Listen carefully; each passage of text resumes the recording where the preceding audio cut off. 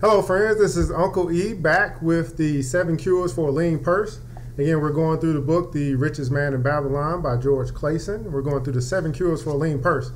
It's basically the 7 cures for a struggling bank account or the 7 cures for a wallet on E. And so if you find yourself in a position where you're struggling and you need a roadmap on how to get to that place of abundance, well, this is that roadmap that you can use. It's what I use to go from being in debt to being out of debt, and I recommend it to anyone that's watching this video. And so let's do a quick recap. The richest man in Babylon, we had the king of Babylon who called on the richest man in Babylon, who was Arcad, to come and teach his principles of wealth to 100 choice men of the city.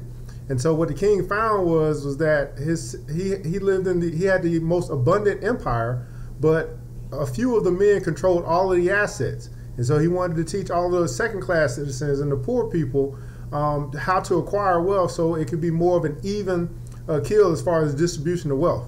And we see the same thing today in America, where we have the top 1% who control pretty much all of the assets of America, while you have the poor and the middle class who are kind of struggling to get by. And so I hope that this book would help you. We're going through just a portion of the book called The 7 Cures of a Lean Purse. So let's recap. The first cure for a lean purse was to start your purse to fattening. What that meant was to live off 90% of your income and to save the other 10%. And that 10% would accumulate over time. The second cure was to control your expenditures, which basically meant to live off of a budget, to live below your means, to live within the 90%. So the principle there was, if your wants don't fit into the 90%, then you must acquit those because they don't fit within your budget.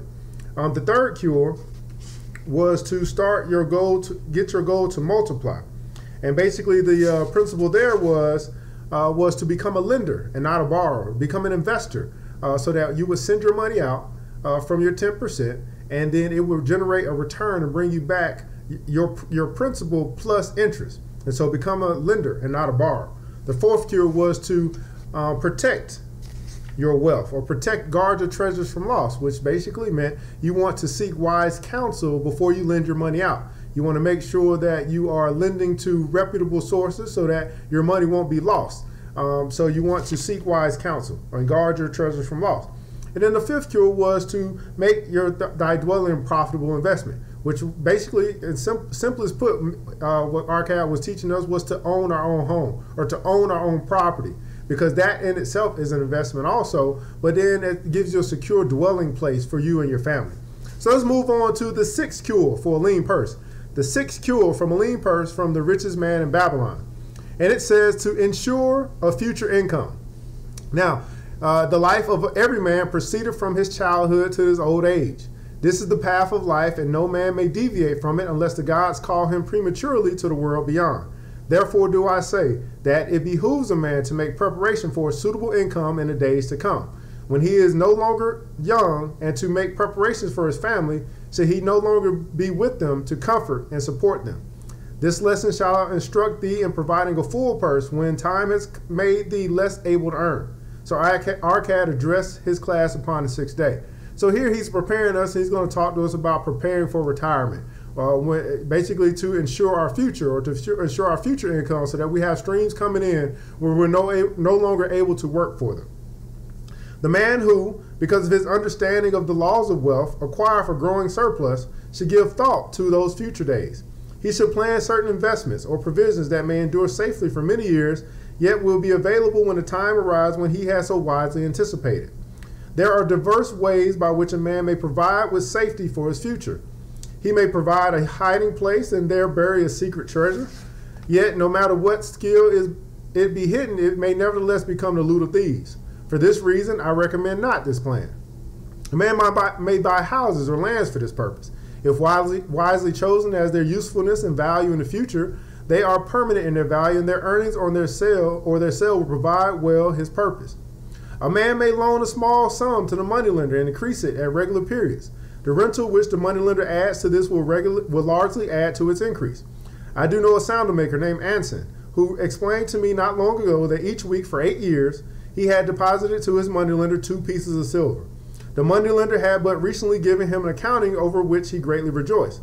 The total of his small deposits with their rental at the customary rate of 1/4 their value for each 4 years had now become 1,040 pieces of silver. I did gladly encourage him by demonstrating to him with my knowledge of the numbers that in 12 years more, if he would keep his regular deposits of but 2 pieces of silver each week, the moneylender would then owe him 4,000 pieces of silver, worthy competence for the rest of his life. So here, previously in the previous part, he was talking about owning land and houses. And in this part, he's talking about compound interest, where you would be lending your money out on regular deposit. We may say that we're doing an investment of some sort, where we're just regularly putting into a mutual fund or some type of fund where it's going to bring us back a rate of return. So he's basically saying this is another way that you can do it. Obviously, insurance is a way that you can do it as well. Surely, when such a small payment made with regularity does produce such profitable results, no man can afford not to insure a treasure for his old age and the protection of his family, no matter how prosperous his business and his investments may be. And so I think this is where a lot of people miss it, especially as you grow wealth. We don't necessarily have the thought of looking ahead to when we can no longer bring that wealth in or no longer work for that wealth. And so our money is truly working for us and it's generating an income on top of his money. And so we want to get to that place as we near retirement, but we want to start early. I would that I might say more about this. In my mind rests the belief that someday wise thinking men will devise a plan to insure against death, whereby many men pay in but a trifling sum regularly, the aggregate making a handsome sum for the family of each member who passes to the beyond. This do I see as something desirable, and which I could highly recommend. But today it is not possible, because it must reach beyond the life of any man or any partnership to operate. It must be as stable as a king's throne. Someday do I feel such a plan shall come to pass and be a great blessing to many men, because even the first small payment will make available a snug fortune for the family of a member should he pass on. But because we live in our own day and not in the days which are to come, we must take advantage of those means and ways of accomplishing our purposes. Therefore, do I recommend to all men that they, by wise and well thought out methods, do provide against a lean purse in their mature years. For a lean purse to a man no longer able to earn, or to a family without its head, is a sore tragedy. This then is a sixth Kuehl for a lean purse. Provide in advance for the needs of thy growing age and the protection of thy family. Again, this then is the sixth Kuehl for a lean purse. Provide in advance for the needs of thy growing age and the protection of thy family. And so in this principle here, Arcad is clearly talking to us about retirement. He's talking about preparing for the protection of wealth as we grow older, that as we mature, as we get of age, that our money would actually be working for us and generating an income and bringing back something in return so that we can live off of it in the years that we have left on the earth before we pass away. And so you want to provide in advance. You want to think ahead. You want to start now for the needs of thy growing age and the protection of thy family. And he also mentioned that it would be a sore tragedy for you to be of retirement age and be broke. Basically, to be broke and be retired and be broke is a sore tragedy, because it just means that we didn't plan in advance for the needs of our growing age. And so this is the Six Kuehl for a lean purse from Richest Man in Babylon. Again, get the book. It's changed my life, and hopefully it'll change yours. I hope that you would read through it, get the principles within it. They're timeless principles that still work, even from back when it was written back in 1926 up until now. So it has stood the test of time, and it still works today. Thank you so much for tuning in.